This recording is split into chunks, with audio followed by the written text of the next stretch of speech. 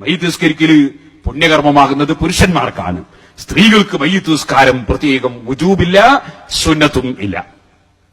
സ്ത്രീകൾക്ക് മയ്യിത്ത് നിസ്കരിക്കുന്നതിന് വിരോധം ഇല്ല. പക്ഷേ അങ്ങനെ നിസ്കരിക്കുന്നുവെങ്കിൽ പുരുഷന്മാര് നിസ്കരിച്ചതിന് ശേഷമായിരിക്കണം. പുരുഷന്മാര് നിസ്കരിക്കുന്നതിന് മുമ്പ് സ്ത്രീകൾ മയ്യിത്ത് നിസ്കരിക്കുന്നത് തെറ്റാണ്.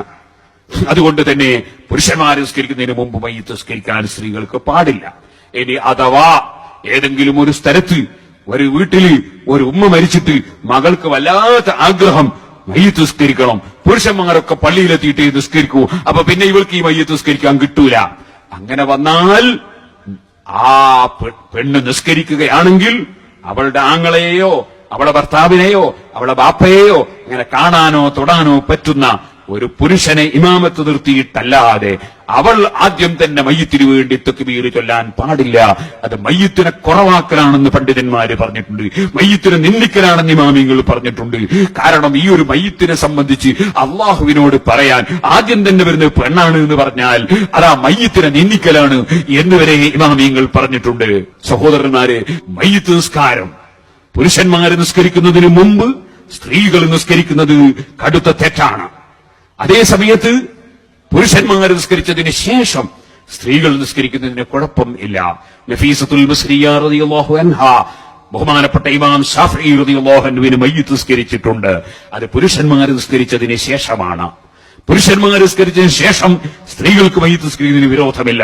ഇനി അഥവാ ഏതെങ്കിലും ഒരു സ്ത്രീക്ക് മയ്യിത്ത് നിസ്കരിക്കാൻ അനുവദിക്കാതെ അവിടെ വെച്ച് ബഹളം വെക്കുമെന്നോ ആ സ്ത്രീക്ക് ടെൻഷൻ ഉണ്ടാകുമെന്നോ തോന്നിയാൽ അവൾക്ക് പ്രത്യേകം ഫർളും സുന്നത്തും ഇല്ലെങ്കിലും അവൾക്ക് അങ്ങനെ ഒരു ആഗ്രഹം എന്റെ അമ്മക്ക് മയ്യിത്ത് നിസ്കരിക്കണം എന്നുണ്ടെങ്കിൽ തന്നെ കാണാനോ തൊടാനോ പറ്റുന്ന ഒരു പുരുഷൻ ഇമാമത്ത് നിന്നിട്ട് അവൻ കൈകെട്ടിയതിന് ശേഷം അവൾ കൈകെട്ടിക്കൊണ്ടല്ലാതെ പുരുഷൻ നിസ്കരിക്കുന്നതിന് മുമ്പ് ഒരു സ്ത്രീയും മയ്യിത്ത് നിസ്കരിക്കാൻ പാടില്ല.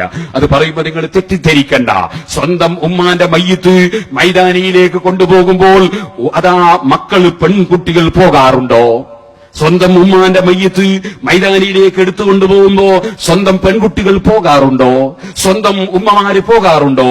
ഭർത്താവിന്റെ മയ്യിത്ത് കൊണ്ടുപോകുമ്പോ ഭാര്യ പോകാറുണ്ടോ? എന്താ പോകാത്തത്? സ്ത്രീകൾക്ക് മയ്യിത്തിന്റെ കൂടെ പോകൽ ഇസ്ലാം കൽപ്പിച്ചിട്ടില്ല.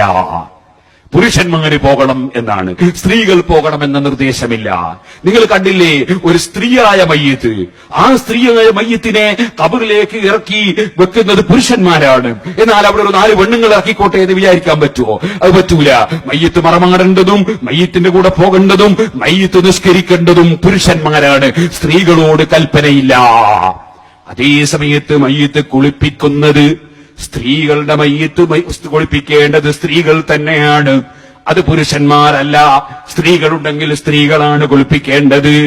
അതേസമയം മയ്യിത്തിന്റെ കൂടെ പോകലും മയ്യിത്ത് മറമാടലും അതുപോലെ തന്നെ മയ്യിത്ത് നിസ്കരിക്കലും പുരുഷന്മാരോടാണ് കൽപ്പന. സർവ കിതാബുകളിലും ഇമാമിങ്ങൾ ഇത് രേഖപ്പെടുത്തിയിട്ടുണ്ട് കേട്ടോ.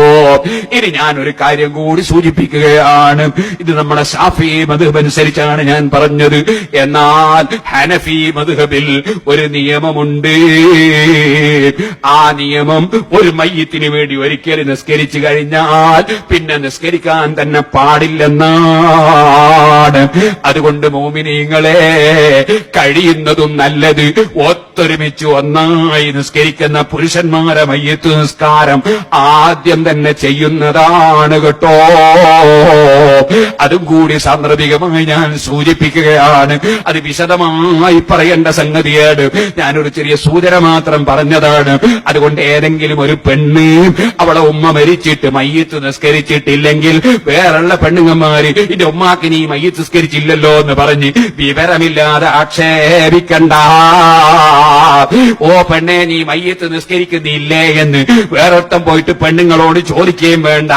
പെണ്ണുങ്ങൾക്കത് ഫർളുമില്ല സുന്നത്തുമില്ല. പുരുഷന്മാർക്കാണ് അത് പുണ്യകർമ്മമായി നിർദ്ദേശിച്ചിട്ടുള്ളത്. ഈ കാര്യം ഞാൻ സൂചിപ്പിക്കുകയാണ്. ഇമാം റഹ്മാൻ ശർബീനി തങ്ങളുടെ ശറഹുൽ ബഹ്ജയിലും അതുപോലുള്ള മറ്റ് കിതാബുകളിലുമൊക്കെ ഞാൻ ഈ പറഞ്ഞത് വിശദമായി പറഞ്ഞിട്ടുണ്ട് കേട്ടോ. അതുകൊണ്ട് അത് മനസ്സിലാക്കാതെ പറഞ്ഞതാണെന്ന് മുത്തഅല്ലിമീങ്ങൾ ധരിക്കണ്ട. പഠിച്ചിട്ട് തന്നെയാണ് കാര്യം പറഞ്ഞതെന്നുകൂടി ഞാൻ ഈ സമയത്ത് ഉണർത്തുകയാണ്.